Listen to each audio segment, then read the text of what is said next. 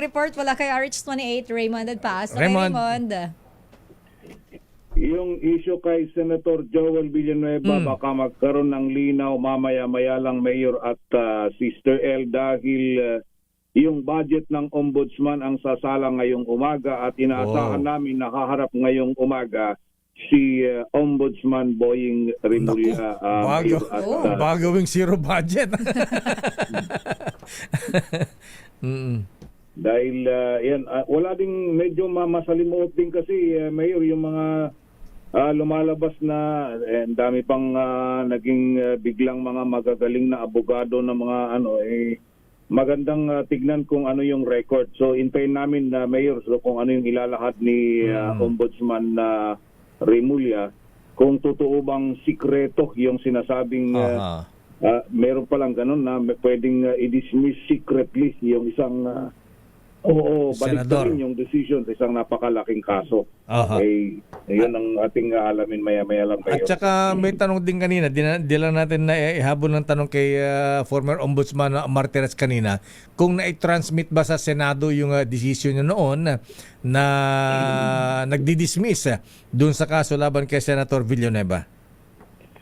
Kaya yun yung isa din yun sa parang kahapon medyo may dilema nga kami, kaya marami ang nanghihingi mismo kay Senator Joel ng kopya ng decision kasi para makita, pero wala, yun lang yung kumbaga yung dispositive portion lang ang ipinakita niya, yung dismiss yung case noong 2019 at saka yung nakuha niyang clearance noong September 10, 2025. Ngayon lang Mayor, na may clearance siya sa Ombudsman, may clearance din siya sa Sandigan Bayan ng Nangahulugan na wala na siyang kaso doon sa dalawang ahensya na yan. Okay, abangan niyo mamay si Ombudsman Boying at Senator Joel. Ayan. Member ba ng ng budget committee sa appropriation si Senator Joel Villanueva, Raymond? Member naman lahat sila, Mayor, lalo ganun ba? Pwede naman sa kahit sinong, actually kung titignan mo dito, kahit naman hindi ka kumbaga member doon sa isang committee, pwede ka namang pumunta at magtanong, pero kaya tinatanong namin kahapon kung pupunta itong si Senator Joel, mukhang wala yatang balak na pumunta at komprontahin si Ombudsman Boying. Boying. Sige. Akala ko magkakaroon ng confrontation mamaya dyan. Anong pinagsasabi mong dismiss na ako? Anong isa-serve na dismissal? Baka hindi naman lakay. Professional naman yung mga yan. Alam mo ng Boying, barako yun. Abangan ko na lang barako ng Cavite. Abangan ko talagang statement niya bukas sa executive session lakay para mayroon tayong pang headline.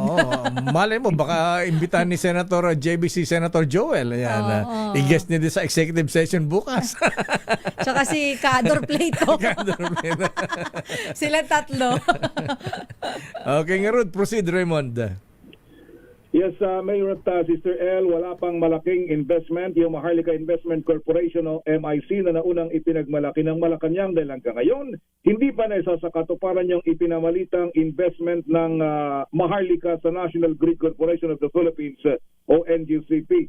Sa budget deliberation dito sa Senado, na inamin ni Secretary Sharon Garin ng Department of Energy na hindi pa ito na isa katuparan dahil hanggang ngayon ay patuloy pa rin siyang nagtatanong dito.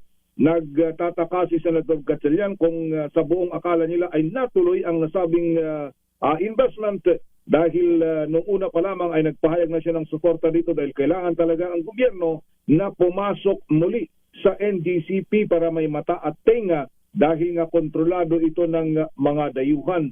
January 25 o January 27, 2025 nang inanunsyo ng Malacanang na meron ng 20% na investment ng MIC sa NGCP. Dahil dito tinawag itong budol ni Senator Sherwin Gatchalian dahil hindi naman pala ito totoo. Pakinggan natin yung kanilang palitan ng salita doon sa hearing sa Senate Committee on Finance. As per our conversations with MIC, Mr. Chair, wala pa yung, how do you call it, the contract itself. There was a letter of irrevocable letter of intent or I thought we were celebrating na mababa yung nakuha natin. 'Di ba? Nakatipid pa tayo, ano? Napakagaling ng Maharlika team dahil nakatipid tayo, nakakuha tayo ng discount. Pero wala pa pala. we are supposed to get Parang nabudol yata tayo no? Hindi, but I'm just saying, hindi naman it's beyond the bayad It's really, sabi nga ni Senator JV, it's for national security purpose. That purchase, I am not looking at making money out of it I'm looking at securing the country, no? So that Bahagi ng pahayag nila Senador Sherwin Gatchalian at Secretary Sharon Garin ng Department of Energy. Ito si RH20, Raymond Dadpaas para sa DZRH, una sa Pilipinas, una sa Pilipino. Daming bayan.